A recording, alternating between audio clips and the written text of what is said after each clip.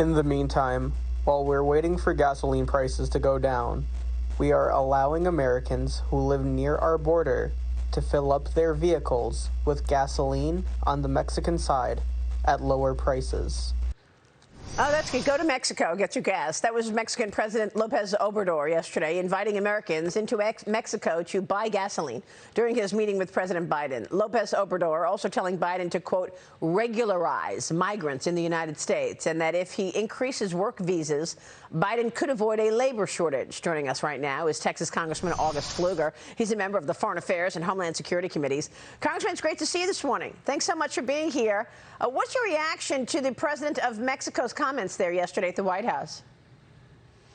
Well, it's, you kind of have to ask yourself, which side is Biden on here? Yeah. Because, of course, López Obrador is going to come out strong and he's going to try to advocate for his country. But where is Biden advocating for the United States of America?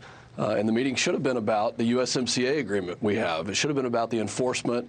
If we're talking about gasoline, let's talk about the enforcement of the agreement that we have, the trade agreement, which says that we can produce oil and gas not only here but also in Mexico and have a fair, transparent trade deal. But instead, you have many discussions, including López Obrador saying that the security of his migrant countrymen is the #1 priority. And I'm sorry, Mr. President, that's not the #1 priority for us in the United States of America. It's our security. It's fentanyl that's crossing our border. It's the safety of every citizen here. And instead, President Biden completely fails to stand up for the United States of America on that point and many others. Well, I mean, let's talk about the president of Mexico for a moment and what he is allowing right now. A massive group of migrants coming from Venezuela, Cuba, thanking President Biden after crossing the border this week. Watch this. Thank you so much, sir, for receiving us and letting us stay here. Yes, and he has 2 million plus coming across through Mexico into America on Biden's watch. But, Congressman, what I want to know is who's running Mexico? Because when I was at the border, I was told that the Border Patrol has found out that the drug cartels, the dangerous criminal cartels, are taking home $200 million a week just in human smuggling. And they're pretty much running big portions of Mexico, if not all of Mexico. So is the president complicit here, the president of Mexico? Well, it's a good question. And I think the fact is that estimate actually might be low.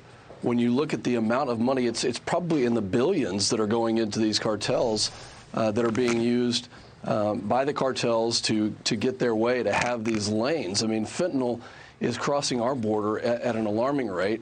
We just had 50-plus migrants die in the back of a tractor trailer in Texas. Right. And who is running Mexico? And why is President Biden in a summit not addressing migrant protection protocols or remain in Mexico, which President Trump did?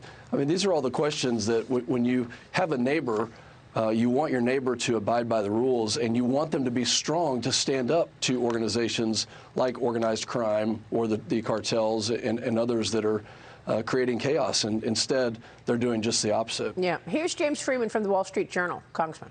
Thanks, Congressman. I'm wondering, wouldn't it help to fight these criminal issues, to maintain a lawful border by taking the Mexican president up on his suggestion about more work visas? In other words, more people legally coming here to work as opposed to going across the border illegally. We don't know who they are. We don't know what they're doing.